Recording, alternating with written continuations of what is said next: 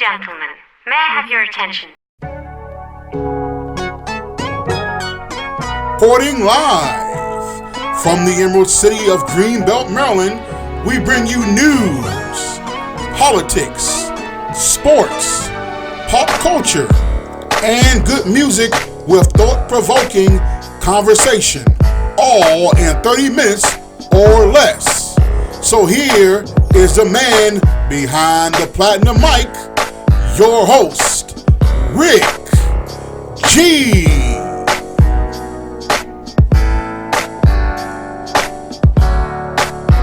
What's going on, boys and girls? It's your man behind the platinum mic.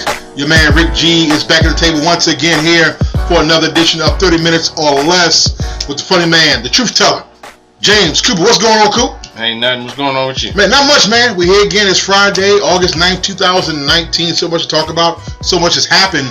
Literally, we went off there last week, man. There's just some stuff was brewing and happened, man. So there's so much to touch on with the shootings and everything else. We're just going to touch real quick. In sports, we all know that the NFL started, the preseason. So there's not too much we talk about there. But really, I want to dive in real quick is this whole Rich Paul, the Rich Paul rule, as they call it. If you don't know, for the folks who are listening, Rich Paul is the agent and best friend of LeBron James. They grew up together. So pretty much the NCAA is creating a rule now to be an agent to deal with the kids in college. You need to have a college degree and also pass a test to do so. Now, the funny thing about this is Rich Paul, who is an agent to many athletes, John Wall, Anthony Davis, Ben Simmons, like we said, LeBron James, pretty much what he is doing, and I don't disagree with him. He's letting these kids know, hey, while you're still healthy, let's get your numbers up and let's get that money, get you into the NBA before you are damaged goods. Pretty much putting your all into the NCAA where they're making billions of dollars off these kids. And they're not getting no money at all. Makes sense, yeah. I mean, they call it Rich Paul rule because this is obviously direct at him because he doesn't have a college degree. So it automatically hits him automatically. Oh, they're coming after him. Yeah, they're trying to stop him from touching more kids. And it's crazy, man. It really is. He hustling. He doing something right. Yeah, I mean, he got him scared. Yeah, I mean, he says his kids, hey, look, you can get this money now. You know what I'm saying? And the NCAA getting all this money. Why not you get paid and you can do it legally? Because obviously you out the NCAA. Yeah. You're not beholden to the rules of taking money and all that stuff. So now you're getting your own money, legit endorsement deals, all that stuff. I don't see nothing wrong with it. I mean, he was the one who pretty much pushed LeBron to kind of skip the college, get your money, go straight to the NBA, and that's what LeBron did. Came out, endorsements, everything. So I mean, it's shady, but NCAA for years, man, it's been almost just robbery what they've been doing to the kids there anyway. Yeah. They're making billions off, syndication, off the finals, off the Final Four, all that stuff. And they get a so-called college degree, but a lot of them, they get passed through some of these classes. Yeah. So they're not really learning much. Yeah. So pretty much your schools are taking them, using them up, making them money. They push them out into the world. What a degree is not really worth much. They give them a degree in TV production or TV or something that they're not probably going to use just to keep their grades at a certain level to play in the NCAA. And they use them up and let them go. So, look, I totally agree with Rich Paul. Get your money. Because the NCAA at the end of the day do not care about these kids. Not at all. And they care about the money. So, it's crazy, man. It really is. On a side note, real quick, kind of segue, and I hate to kind of jump to right from one end to the other, but last week we talked a little about Andrew Yang, and just to let you folks know, a little quick debate update, Andrew Yang has actually passed Beto O'Rourke in the polling. Oh, man. And Beto O'Rourke, as you know, was pretty much had the big welcome when he announced it was on the cover of Time, and the next president with a question mark, and now he is below Andrew Yang.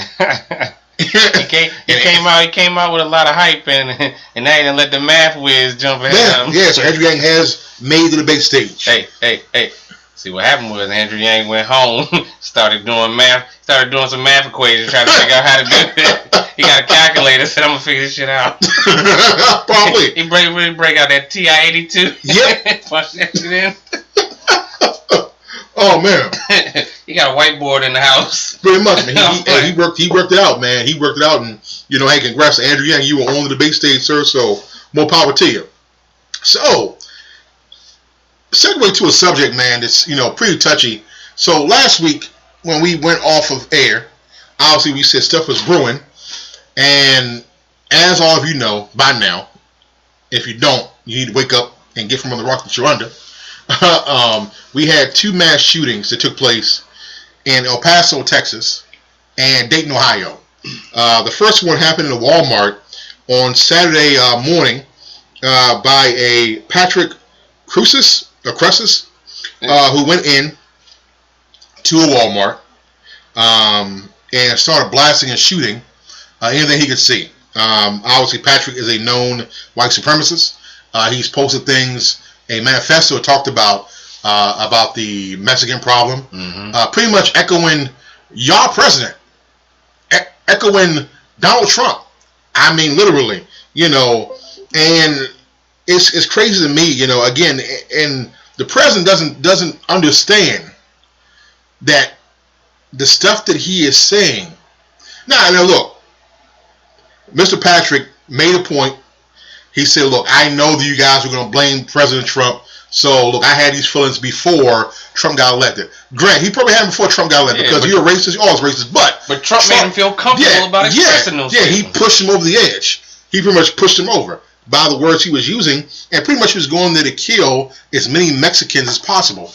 That was his goal, to pretty much take care of the infestation and the so-called invasion that this president liked to use at the southern border. And, unfortunately, we had people who lost their lives. One particular case that really is pretty heartfelt, where you had a mother and a father who were shielding their 2-year-old son, and they both were shot. And kid actually broke the baby's ribs because they fell on the baby, and the baby survived. I mean, obviously, it had damages and is in care now, but they died protecting their kids, protecting their child. Unfortunately, but that's just one case of the innocent bystanders, because it's this craziness, these white supremacists, this guy who, pretty much posted things about his manifesto and his problems with race mixing and everything else, and that just shows the problem, man, in this country, that we have, that the alt-right likes to say, and it kills me, and you can hop in at any point you want, man, what kills me is they try to say that, that the white supremacist movement is non-existent. Oh, what's his name? What's his name? Tucker Carlson? Yeah, he said don't say white supremacy is a hoax. Yeah, it's a hoax. It's a myth. You motherfucker never seen the Ku Klux Klan? Yeah, it's crazy, man. These Trumpers, these alt-right Republicans are crazy, man. I mean, this is outlandish to sit there and say that white supremacy is a hoax, and literally you have evidence. This guy wrote things saying that he does not like anyone that's non-white. I don't understand where or why he would even think that saying that it's a hoax is okay. I mean, it's documented in history. Okay, they're still out there now. You saw them all gather in Charlottesville. Yeah. I mean, it's live and in living color. In your face, man. They would have their khakis and tiki torches. And, you know what I'm saying? Yeah, man. It's wild, man. Just they do whatever they can to try to change the narratives, because obviously the big bosses at the NRA are sitting back and saying, look, we got to change the narrative because know what's going to happen. They're going to start talking about guns and gun control. But this is the thing. How does the NRA have so much power? It's crazy, man. They have a lot of power. They have a lot of power. It's just money. I mean, why can't they pass some laws that'll change, that'll change the way campaign contributions are collected? It's true. Stop allowing them to take money from organizations like the NRA. I agree, man. I mean, NRA is a big problem. Listen, if a person wants to own a gun, I think they should be able to own a gun. But man, an AK-47, yeah. Why do you need that? What you gonna do with it? Besides kill a bunch of people real fast. Yeah. You know what I'm saying? Wreak a lot of havoc. You don't need that shit. If you're protecting your home, a pistol works just fine. You can have a pistol and a shotgun. Mm-hmm. They work just fine. Yep. But you're not going to kill 30 people in 5 minutes. You know what I'm saying? With that. So who needs, these high impact weapons, man? And then, also too, in Dayton, Ohio, we had Connor Betts. So out of the 2, Connor Betts actually was gunned down by police, so he did not survive the day. But he did take his own sister's life, along with several others in Dayton, Ohio, in a party, in a kind of a nightclub district where he went shooting up in that area. And again, what kills me, you have the alt-right and the Republican talking points. Video games is the big thing to talk about now. Video games. Video games, if we didn't have these video games, this stuff wouldn't happen. Listen, are you serious? Listen, I played them kind of games all the time as a kid. I still play a few of them now. I ain't shot nobody. Dude, look, we had Duck Hunt in Nintendo. Hey. You didn't see us outside trying to shoot at birds. We had Contra. You had Contra. You had all the different games. No one was out there trying to shoot up people. Hey, that's what kills me. Video games, again, talking points by the NRA, to change the narrative, to try to say, you know what, it's anything but the high-impact guns. And again, you have the NRA who's giving millions of dollars to people, all these top Republicans and the senator out there in Tennessee, Mr. Turtle himself, Moscow Mitch, as they call him. Moscow Mitch. Yeah, it's funny, man. Actually, the other day I was on my way onto the train down there in Navy Yard in D.C., and they had a sign on the top wall. I don't know how they got there. It had a picture of Moscow Mitch, and it had a little hat, a Russian hat. It was kind of hilarious. But yeah, man, I mean, that's the problem, man. You have guys like Mitch McConnell who literally block these votes, who are purposely blocking these votes, who are purposely blocking any progression here because they're owned and paid for by the NRA. But he did. He is now saying that maybe we should talk about it, but we should have talked about it years ago. Yeah, we should. Decades ago. I mean, there was an assault weapons ban before. Why let it go? Yeah, I mean, look, I am not a fan. I am not a fan of the Clintons. I'm not a fan of Hillary. I'm not a fan of Bill. But part of 1994, they had the actual weapons ban of 94. Okay? Now, people say, okay, the weapons ban, what is that going to do? And people ask, would a weapons ban actually help? Would it completely stop mass shootings? No, it will not. It ain't gonna but it will cut it down, because the proof is in the pudding. From 94 to 2004, the 10-year period of the length of that actual ban was set for a 10-year period before it expired. You only had one mass shooting, and that was Columbine in 1999. Yeah. That was the one mass shooting that happened. So you had one in 10 years. Seemed like it was working to me. And then 2004 came around, obviously President Bush let it expire, and they were off to the races. Then Virginia Tech happens. And then all this stuff starts happening, all these mass shootings, and they got crazy from there. Unfortunately, And again, the weapons ban does help. Look, it may not completely wipe it out. We understand bad guys are going to get guns regardless, because that is another talking point of the Republican Party. Well, bad guys are going to get guns. We know they're going to get guns. We understand that. But at least the ones who, obviously can legally get these guns are the problem. Because what I see, a lot of these folks, that are getting them, with the first name Chip and Skip. There's a lot of Jamals buying those guns. It kills me, man. I saw something the other day, where it says that terrorism comes in every flavor, except for vanilla, apparently. They won't call it terrorists. They would not call these boys terrorists. You can get it in vanilla from any day of the week. Shit. Yeah, man. It's frustrating, man, because they're the only ones doing these mass yeah, shootings. It's crazy, man. It really is crazy. You have gang violence that does have its impact. There's a lot of murders from gang violence and drug violence. They're individual murders. They're not just one person killing 30, 40 people at a time. But still, a lot of them have assault weapons too. They are getting them, whether it's legal or illegally. Yeah. A ban would help. It's not gonna fix it, but it would help. At the end of the day, man, look, as a man Nino Brown said in New Jack City, man, this is bigger than Nino Brown, man. This is bigger than Nino. bigger than Nino Brown. Because at the end of the day, we got to ask ourselves, man, you know, how do these guns get to where they're getting to? You know, that's a good question. I mean, I think it's a good question. You know, how are the guns getting in to certain areas? Somebody taking a lot of money to let them in. Yeah, because all of these mass shooters, obviously, they come from affluent backgrounds. Mm-hmm. They have access to this stuff. They have money. Most of them come from working class families. The parents, they're upper middle class, you could say. They don't have to worry about money, and for some reason, they feel the need that their lives are so horrible. They want to go shoot up, you know. Now, look, okay, gang violence is wrong. Regardless of crime, it's black on black, white on black, murder is murder, okay? But, all right, this whole mass shooting thing, you know, and I'm going to call it what it is, man. A lot of these Caucasian males, you know, that get angry, they decide they want to go shoot up an entire school. You know what I'm saying? I've yet to see that happen in the hood. I've yet to see it happen in Southeast D.C. I've yet to see it happen in Southside Chicago. Okay? I've yet to see it happen in Baltimore. You know, I've yet to see that happen in Compton.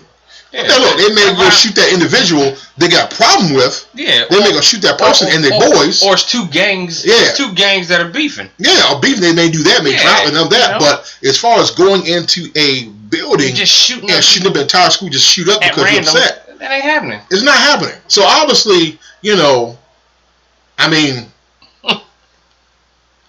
I'm no math whiz, but it's just process of elimination. We used to duck and minus deduct. And I'm sorry, seems pretty white. Yep, sounds about white to me. Sounds about white to me, to be honest with you. It really does.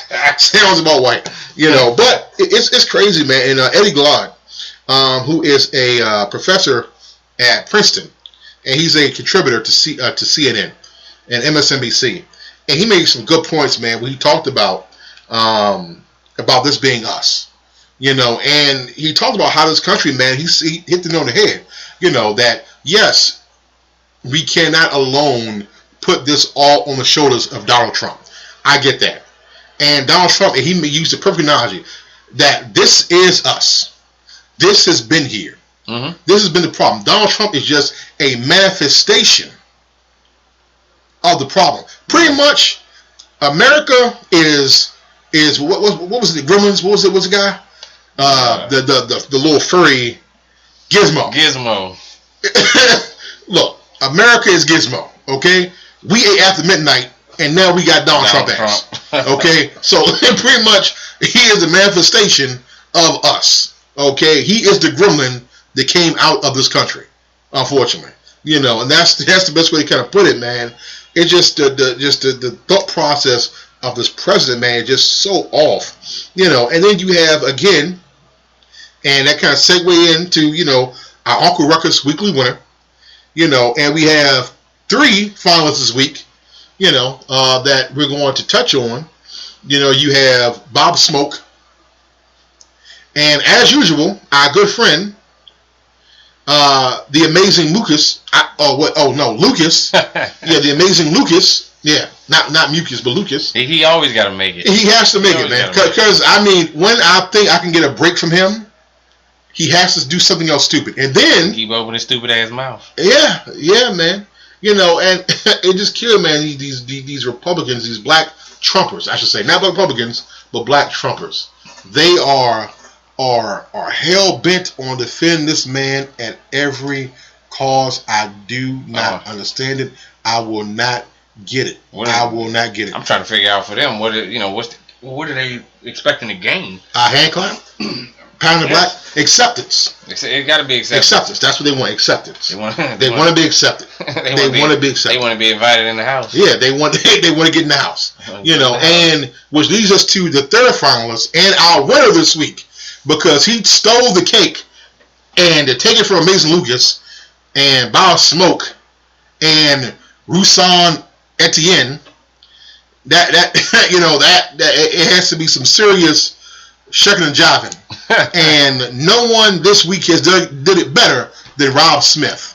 Rob Smith is a Candace Owens disciple. He is a contributor on her political show. And he also works at Turning Point USA, as you know, is the young conservative network and movement arm of the alt-right. And Rob Smith is a veteran. I will give him his service. We thank you for your service. But, another one who feels, us calling Donald Trump a racist is a problem. It's problematic. And he feels that us as black folk who are against Trump are suffering from, once again, as they call it, Trump derangement syndrome. That is their word, man. That is their go-to word. And Rob Smith, who is one of the heads and leaders of the Brexit. If you know what the Brexit is, that is the movement. As you know, England had the Brexit when he broke off and everything in England. So Candace Owens and Rob Smith started the Brexit, which is the movement to get every black person in America to walk away from the Democratic Party. How about this? How about we just walk away from both parties? Hey, how about we walk away from both parties? And then it's funny because back in the 70s we actually had a black political convention. Mm-hmm. We actually had those. Yep. Where us as black Americans that were politically active came together from various states, from various cities, and talked about the black issues and came up with the actual agenda for ourselves. And we need to do that. Yeah. Look, we got to make them earn our votes. Yeah. Yeah. We at the end of the day, you have to. You got to make them earn our votes. We just throwing them away right now. Yeah, that's true. But I have to be honest though, Donald Trump would never earn my vote.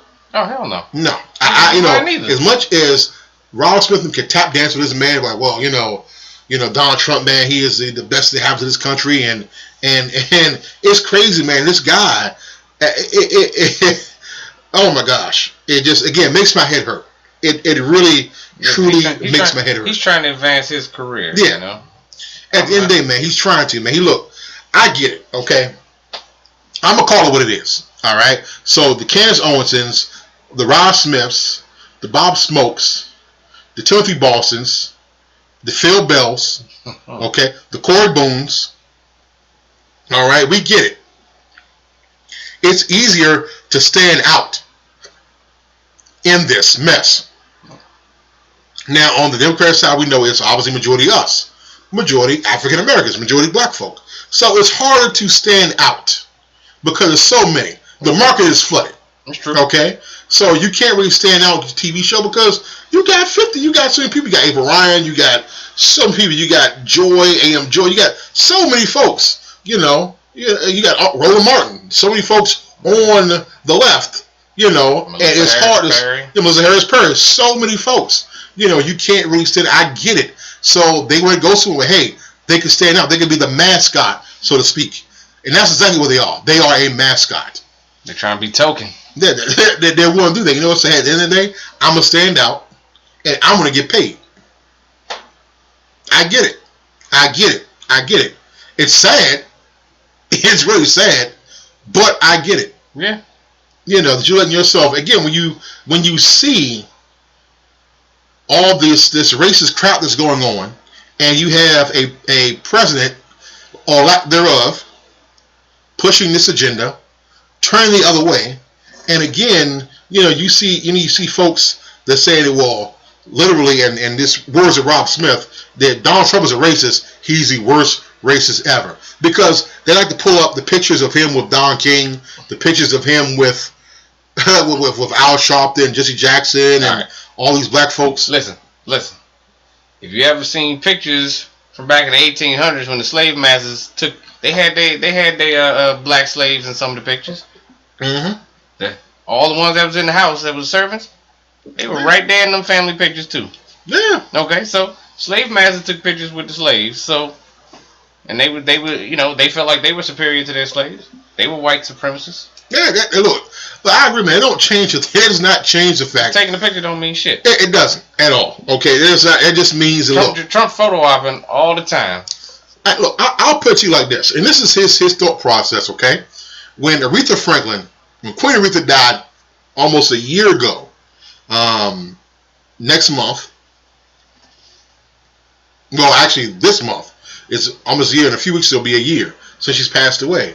And when she did pass, Donald Trump, one of the things he said was, well, she was great and she used to work for me. Used to work for me, yep. You know, so that tells you where his thinking was. Because in his mindset, all those folks you saw those pictures with, oh, they used to work for me. Or they worked for me. Or I paid them to do something for me. So they actually were an employee of mine. So that's how he sees it. He sees it in a subservient role. Exactly. That's all he sees it. That's how he sees it. Okay? So, yes, he had pictures in his mind with servants. There you go. At the end of the day, man. So, again, that doesn't excuse Trump, you know, from not being racist because he took pictures with a bunch of black folk and rich black folk, by the way. They have a little bit of money.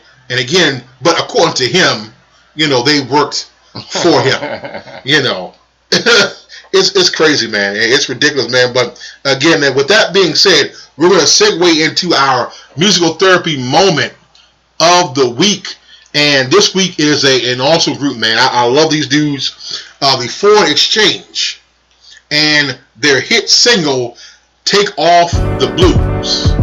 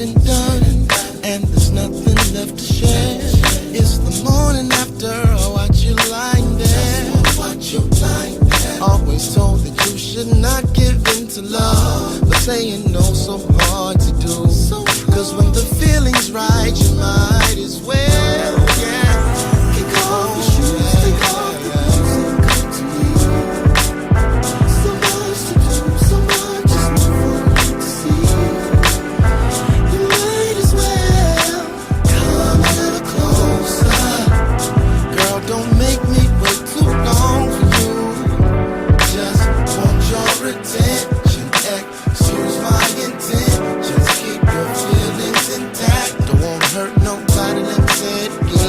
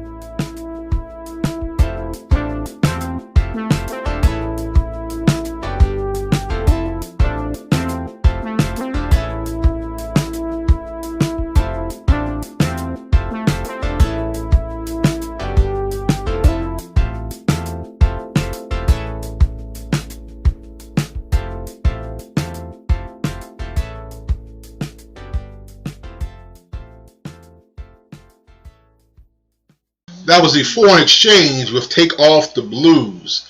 Definitely going to hear a lot more of that group. It's again one of my favorite groups, man. I mean, the Foreign Exchange, they're an awesome group, man. A lot of good music, a lot of good that smooth R&B kind of a jazz feel to it. They're kind of that Eric Roberson type of line of music, man. And I really enjoy the stuff. Again, that was Take Off the Blues by the Foreign Exchange. So that being said, you folks know what time it is, man.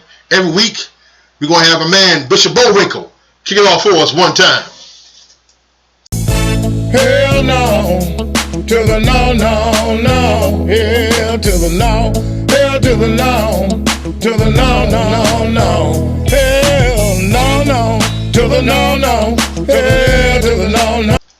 So our all hell nah moment person of the week goes to a man, which I am surprised, Coop, man. It took me 9 episodes. 9 episodes to get to this one individual. I don't know why. I don't know how. I mean, I guess he does so much other stupid stuff. You know, I'm talking about him all the time anyway, because there's nothing that he doesn't do that doesn't piss me off on a weekly basis. But he just says it doesn't piss me or most of America off on a weekly basis. So this week goes to none other than 45 himself, Donald J. Trump. And you ask yourself, what could he have possibly done to get the "Ah hell nah" moment of the week? What hasn't Crazy he done? question. What? Yeah, thank you. What hasn't he done? There's so much to go over. I mean, it's hard. There's so much I could talk about that he has done. You know, so I want to kind of pinpoint to one thing. You know, obviously with the issue with the shootings and the bans. You know, and it's funny because even the people, the congresswoman in El Paso, that area, you know, told him he wasn't welcome there. You know, so Donald Trump, you know, again, goes to the places and, you know, goes to these different areas that were shot up and had the tragedies there. You know, and again, he wants to tout, you know, and he gave a speech, I should say, gave a speech on Tuesday night, or Monday night, I believe, about the shootings and about the country. And he actually had the nerve to say that hatred would not be tolerated. And racism would not be tolerated. Ain't that the damn... Oh my gosh. That, like, really? Like, bruh. Like, really? I don't even know what to say about that, man. It's crazy. And lost words on that. Yeah, I've lost words. I have no words to that, man. Then again, he goes to the video games. Well, video games and mental. Okay, so video games and mental health. You know what kills me? You know, and for those of you who obviously have watched it through this whole show, now if you notice the pictures I put up about the 2 gentlemen that actually went out and shot these places up and took innocent lives, I use pictures that show them as they are. Dumbasses. You know, evil monsters. Probably virgins. I'm almost certain of this. I'm almost certain. You know, there are probably some uptight virgins that live in the basement of the mother's house. I'm almost certain.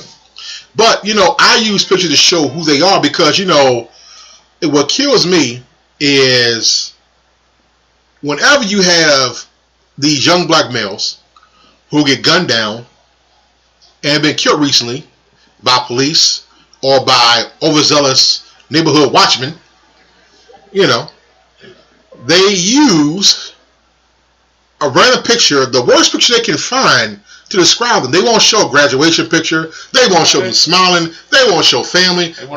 They want to create a narrative. Yeah, want to make them look like a thug. Yeah.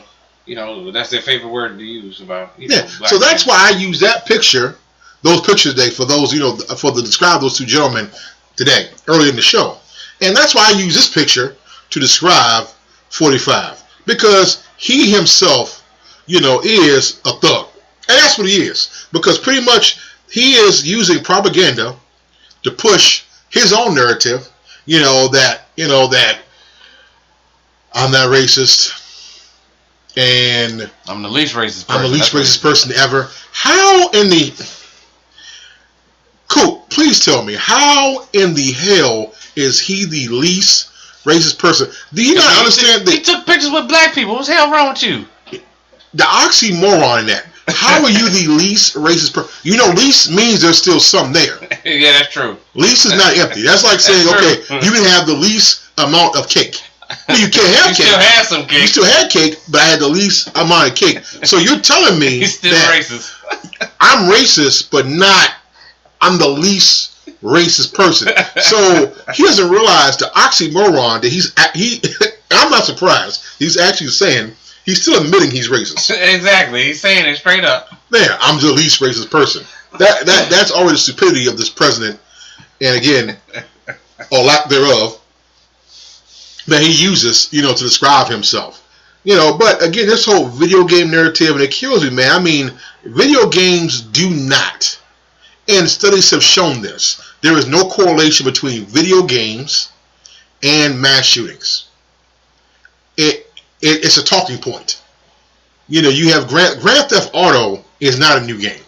Grand Theft Auto has been around since the 90s. Since I was in middle school. It's been around, okay? And you haven't had these mass shootings happening on a constant basis. And I know that it's about Fortnite. It's a new game the kids play nowadays. Again, this stuff is not causing kids to go out and go shoot up a school. Again, we have to call for what it is, man. These are terrorists. Mm-hmm. And again, I saw a video. I don't know if you saw it, Coop. There's a video of this kid at a gun show. And it's his rifle. Mm-hmm. And he's like reloading the clip, kind of like reloading the magazine, putting it back. Uh-huh. I mean, he's doing it like snap, precision, like military style. And obviously, his parents obviously trained him to do that. Mm-hmm. And the kid was no more than, there had to be like 6. So pretty much this kid is military trained on a weapon of that magnitude at 6.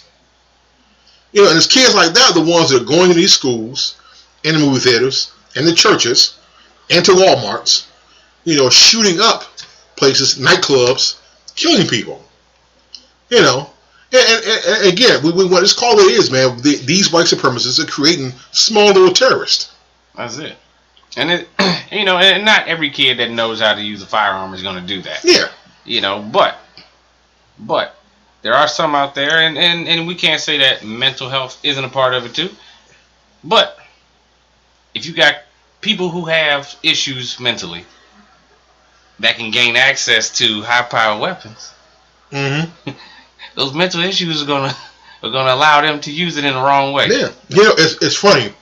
I saw something, and again, about the mental health, and I'm going to call the GOP's and Mitch McConnell's bluff. Okay, let's just say it's mental health, and that's the main problem. That is the issue. Can we have universal health care? No.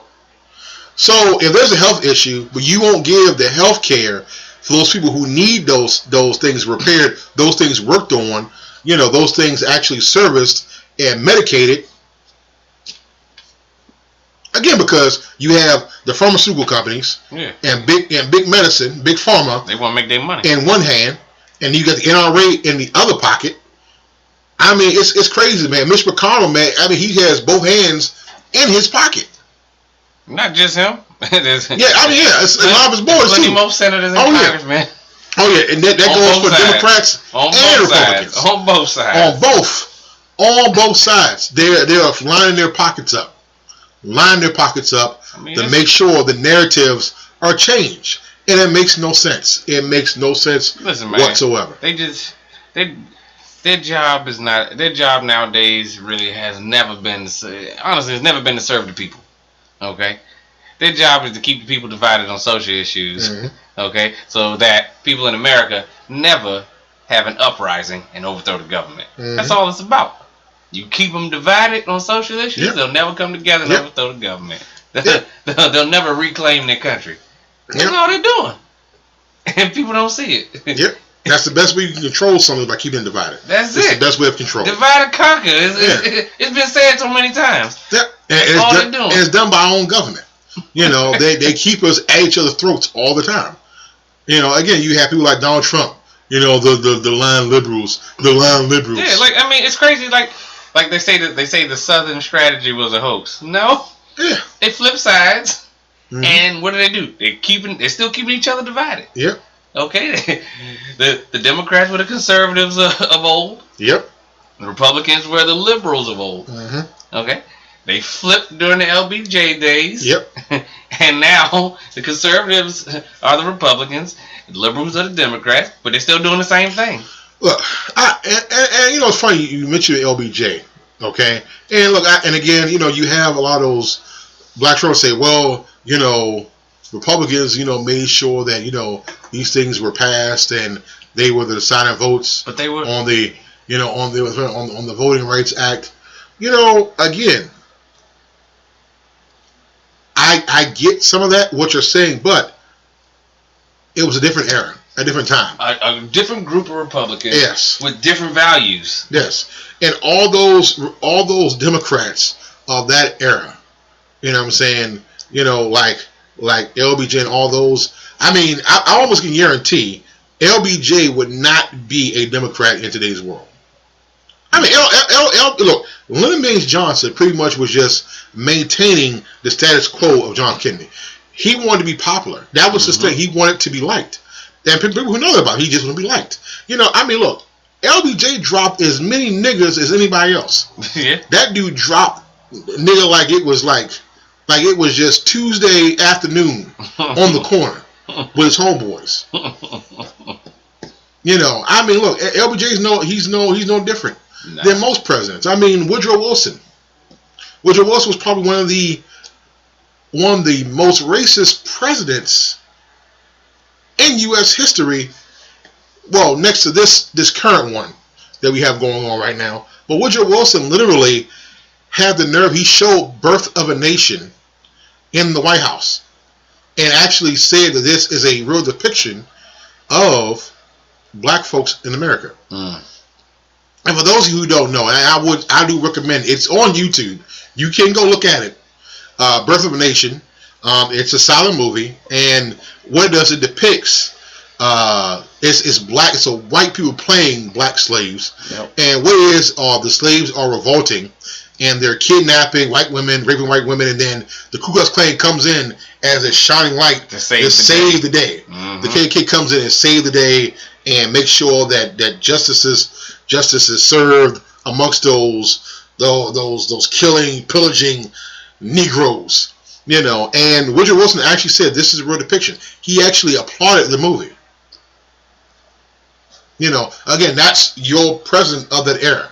You know, and you have a president of this era, you know, again, stalking the flames of racism. And he is. I mean, look, when you tell I'm going to say it again, you tell 4 minority women to go back to their own countries. You know, when you decide, every time you want to talk about something being rat infested, roach infested, infestation, I mean, am I wrong? I mean, no. He always picks out the minority areas. Yeah. The darkest areas. Listen, he's appealing to his buddies. Okay? Yeah. He's appealing to his buddies. The David Dukes and what's that? The Richard Spencers. Yeah. You know, he's appealing to them. Yeah, he is. He is. And what kills me, you know, is that Donald Trump is a scammer. Okay? And, you know, even you staunch Trumpers or so-called conservatives don't see it, that he's even playing you. Donald Trump can kill us about Democrat or Republicans, to be real with you. Okay? He took the path of less resistance. That's it. To nomination. Because he knew that he could spread a few words, can say a few things, and you guys would fall for it. And you did. Fell for it. You did. You proved his point. That you were so gullible and so easy. All you gotta do is just talk about, oh my gosh, you know, here come those Mexicans come to steal your jobs and rape your women and kidnap your daughters and kill your sons, and you fell for it. The only thing stealing their jobs is robots. Now he came out the first day. You know, came out the first day, and pretty much his first campaign started about talking about Mexicans being rapists and murderers and building a wall. And stealing jobs. Yeah, he came out because, again, he knew a strategy. He knew the only way he was going to come close to really making an actual campaign was creating that type of campaign. Yeah. It had to be. It had to be very divisive. Yep. It had to be. He had to toe those racial lines. Yep. In order to get those Southerners angry, upset, and to the polls. Yeah. And again, they sit there. You have those Southerners in Alabama, Mississippi, areas like that, very rural areas, and here you have a billionaire. Well, at least we think. We don't know what he really has. And he's out there telling them that I understand exactly what you're going through. I know what you're going through. He doesn't. I know better than anybody what you're going through. He never lived that way. Yeah, he never did. That's what kills me. I said, well, this is a rich guy that gets it. No, he does not. This dude was eating caviar when he was 3. This man, seriously, I mean, he was wielding money from his dad. How much did dad give him? What was it, 5 million, 10 million? He says, well, my dad gave me a small inheritance of 10 million. I'm like, that's a small? Look, my dad gave me $100 last. You know what I'm saying? Last time I took money from him was $100 when I was a kid. My dad ain't give me no $1 million, $5 million. Man, that's what kills me. $100 is small. I mean, shoot, that's big. That's big around here. Yeah, and they sit there and they fall for this crap. But and it doesn't make any sense to me, man. I just easily fooled all of them into believing that he was gonna be their savior. Yeah, literally. Like, oh, he gets it. He understands us. He does not. He does not understand you at all. He did. I mean, really. If anything, I mean, he just wanted the title. Yeah. He wanted the title of the U.S. president. Yeah, and he is obsessed with winning. That's why everything he talks about is a competition. Yeah. He talks in terms of, oh, we're the biggest. And look, this man, this what kills me, right? He goes down there to El Paso, and the first thing I got to talk about is the crowd size. Like, dude, you're going there to meet with families. And you're talking about the crowd size. How big they gathered to see him. I'm like, nobody cares about that right now. Dude, you're not there for that. And again, it's always a competition. Oh, wow, it's the largest crowd ever assembled, ever. I'm like, really, guys? They were so excited to see me. Yeah, really. And again, this is why Donald J. Trump gets the hell nah moment of the week. And folks, I have to say, the past 2 weeks have been just rough for me to deal with this president, this administration. It really has been, and we try to mix other things in to the show. We do, but I just felt that these 2 weeks, things need to be talked about, things need to be said. We have to be straightforward. We have to call this BS for what it is. We have the platform. We're going to use it for that. To actually speak truth to power, and you have to do that at times. You can't be afraid.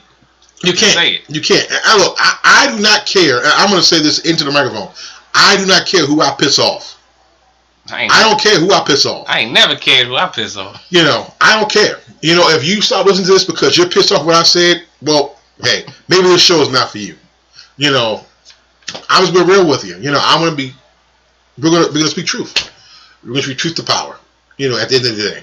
So, with that being said, please like, share, and subscribe our channel. Also, the links to our Facebook links and our Twitter handles will all be in the description of this video. Also, too, this week's show was sponsored by Cat Hardy Collections.